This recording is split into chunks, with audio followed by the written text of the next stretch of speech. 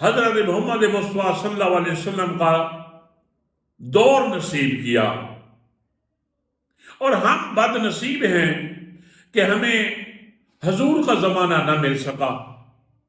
تو حضرت عمر رضی اللہ تعالیٰ عنہ وہیں سے گزر رہے تھے، جب یہ بات سنی تو رک گئے اور فرمایا کہ اللہ کے بندو کیا کہہ رہے ہو، پڑھو اس پہ استغفار۔ ہو سکتا ہے کہ تمہیں حضور صلی اللہ علیہ وسلم کا زمانہ نصیب ہو جاتا، لیکن اس زمانے میں ہو سکتا ہے تم لوگ ابو جہل کے ساتھ ہی شمار ہوتے۔ کتنی بڑی بات کر گئے کہ اس وقت اس زمانے میں ممکن ہے کہ تم ابو جہل کے ساتھ ہی ہوتے۔ اور یہ حضرت عمر رضی اللہ تعالیٰ کے بارے میں کہتے ہیں کہ میرا مزاج عمر رضی اللہ تعالیٰ عنہ جیسا ہے۔ میرے خیال میں آگے تو پھر ایک سٹیپ رہتا ہے حضرت ابوبکر صدیق رضی اللہ تعالیٰ عنہ، اس کے بعد تو تم نے یہ کہنا ہے کہ میرا مزاج تو حضرت محمد مصطفیٰ صلی اللہ علیہ وسلم جیسا ہے۔ آپ کے اندر تو وہی اشارے مل رہے ہیں جو اشارے غلام احمد قادیانی اس کے ہاں جو اشارے تھے وہ بھی ایسے ہی شروع ہوئے تھے، اور اس ملعون نے آخر پہ کیا کر دیا، حالانکہ وہ بھی صاحب علم تھا، وہ بھی نان مسلم سے، عیسائیوں سے مناظرے کرتا تھا، لیکن یہی بات جیسے آپ کی حرکتیں ابھی شروع ہو گئی ہیں، آپ کی تو وہی بات ہے نا، وہ کہتے ہیں کہ حاملہ اپنا پیٹ کب تک چھپائے گی، نہیں چھپ سکتا۔ آپ کا بھی معاملہ ایسے ہی ہے کچھ، اور یاد رکھیں ابھی جو اس سوشل میڈیا کے ذریعے آپ کا ابھی الٹرا ساؤنڈ ہوا ہے، یہ قوم اس وقت تک آپ کا تعاقب کرے گی جب تک کہ قاسم علی شاہ کی طرح آپ کی ڈیلیوری نہیں ہو جاتی۔ ایک بات یہ،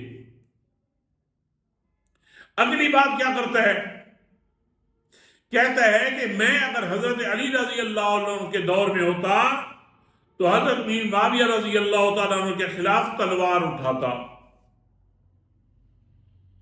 اس کا میں نے پہلے آپ کو ایک واقعے کی ثابت کر دیا ہے کہ جیسے حضرت عمر رضی اللہ تعالیٰ نے ان تابعین سے کہا کہ تم حضور کے زمانے کی خواہش کر رہے ہو سکتا ہے کہ اس زمانے میں تم ابو جہل کے ساتھی ہوتے، تو ان سے بھی پوچھنے آپ کا بھی کہیں انہی لوگوں سے کوئی تعلق نہ بن جاتا۔ کتنے افسوس کی بات ہے، کتنے افسوس کی بات ہے، یہ اس نے حد کر دی ہے، بونگیاں مارنے کی حد کر دی ہے۔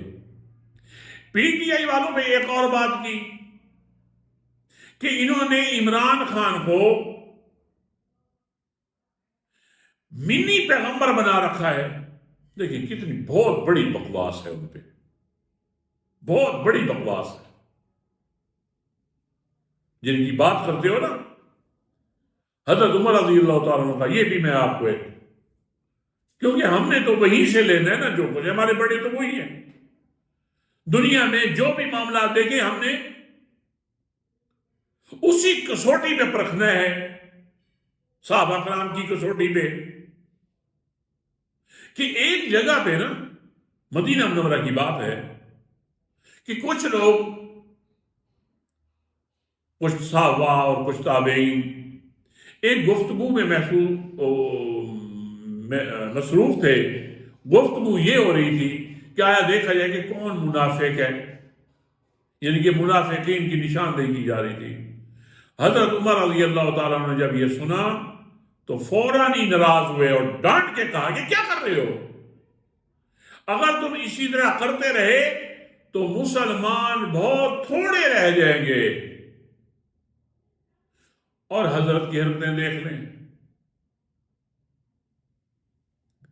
میری اس کے علاوہ آپ لوگوں سے گزارش یہ ہے کہ اس شخص کا تعاقب کریں، اس کو یہیں پہ لگام دیں، یہ آنے والے وقت میں یہ پتہ نہیں کیا کیا گل کھلائے گا، جس طرح اس کی زبان چل رہی ہے، میرے خیال میں وقت قریب میں اس نے کوئی نہ کوئی خدا نخواستہ مرزا غلام احمد قادیانی کی طرح کوئی ایسی ویسی بونگی نہ بڑھ دے۔ اس کا ایک تھوڑا سا اللہ نہ کرے، اللہ اس کی حفاظت کرے، اللہ اس کو ہدایت دے۔ کوئی بغض کی بنیاد پہ نہیں کہہ رہے۔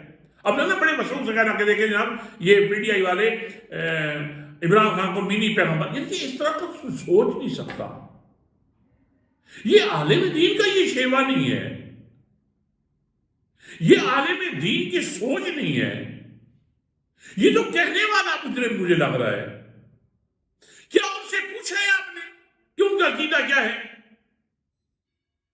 وجہ یہ ہے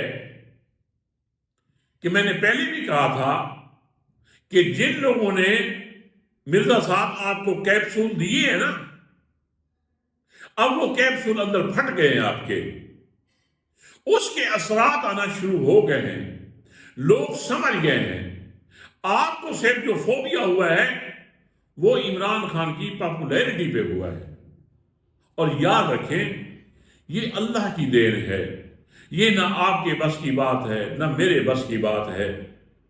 کیوں کہ ایک واقعہ ہے کہ ایک صحابی نے آپ صلی اللہ علیہ وسلم سے عرض کیا، یا رسول اللہ علیہ وسلم ایک فلاں آدمی ہے، فلاں صحابی ہے، وہ نیک نامی کے معاملے میں لوگوں میں بہت مشہور ہے، لوگ بڑی تعریفیں کرتے ہیں اس کی، لوگ اس سے بڑی محبت رکھتے ہیں۔ تو آپ صلی اللہ علیہ وسلم نے فرمایا کہ یہ اللہ کی طرف سے اس شخص کے لیے نقد صلہ ہے۔ ایک تو یہ ہوتا ہے نا کہ آخرت میں مل جاتا ہے، بعض معاملات بعض صلے اللہ کی طرف سے ایسے ہوتے ہیں، اللہ جب جس پہ مہربان ہوتا ہے وہ دنیا میں ہی اس کو نقد صلے سے بھی نواز دیتا ہے۔ اس وقت میری جان آپ کیا اس کی مخالفت کریں گے؟ میں نے پہلے ہی کہا تھا نا، عمران خان کی مخالفت میں کئی ویلاگ میں یہ بات کہہ چکا ہوں، کئی ویلاگز میں نے یہ کہہ دیا ہے کہ عمران خان اس وقت کوئی اللہ نے خاص اس کے اوپر ایسا کرم کیا ہے کہ جو شخص بھی اس کی مخالفت میں جاتا ہے اس کی عزت جو آسمانوں پہ ہوتی ہے، آسمانوں سے وہ پھر زمین پہ نہیں آتا، وہ سیدھا گٹر میں جاتا ہے، اور اس وقت آپ کو گٹر میں ڈبکیاں لگ رہی ہیں۔ آپ کچھ نہیں کسی کا بگاڑ سکتے۔ وَتُعِزُّ مَن تَشَاءُ وَتُذِلُّ مَن تَشَاءُ بِيَدِكَ الْخَيْرُ إِنَّكَ عَلَىٰ كُلِّ شَيْءٍ قَدِيرٌ۔ یہ عزت ذلت سب میرے اللہ کے ہاتھ پہ ہے، اللہ ہی اس پہ قدرت رکھتا ہے۔ ہماری اور آپ کی کیوں جرت نہیں ہے کہ ہم کسی کو عزت دے سکیں یا کسی کو رسوا کر سکیں؟ میری وہی بات کہ خدا کے لیے اپنا محاسبہ کر لیں، اور یہ یاد رکھیں کہ حاملہ کی طرح آپ کی کرتوتوں کی وجہ سے سوشل میڈیا نے آپ کا الٹرا ساؤنڈ کر دیا ہے۔ الٹرا ساؤنڈ سے پتہ چل گیا ہے کہ آپ کے اندر کس کی ڈالی ہوئی چیز پرورش کر رہی ہے، اور ان قریب انشاءاللہ یہ سوشل میڈیا کا دور ہے، قوم میچور ہو گئی ہے، یہ انشاءاللہ آپ کی ڈیلیوری کرا کے رہے گی، اور وہ وقت بالکل قریب ہے، آپ کا اینڈ ہو جانا ہے۔ جیسے قاسم علی شاہ صاحب کا ہوا تھا، ان کو بھی ایک فوبیا چڑھا تھا، ان کو بھی کیپسول کسی نے دیے تھے، لیکن اب اس سے ذرا پوچھیں تو میرے خیال میں آج تک کے لیے اتنا کافی ہے۔ آئندہ میں مزید آپ کی ویڈیوز دیکھ کر اپنے ٹوٹے پھوٹے لفظوں میں آپ کا علاج انشاءاللہ کرتا رہوں گا۔ میں بھی نہیں کرتا رہوں گا، بلکہ یہ 25 کروڑ عوام اب آپ کو انجام تک پہنچا کے رہیں گے۔ اسی کے ساتھ ہی اجازت چاہتا ہوں۔ السلام علیکم ورحمۃ اللہ وبرکاتہ۔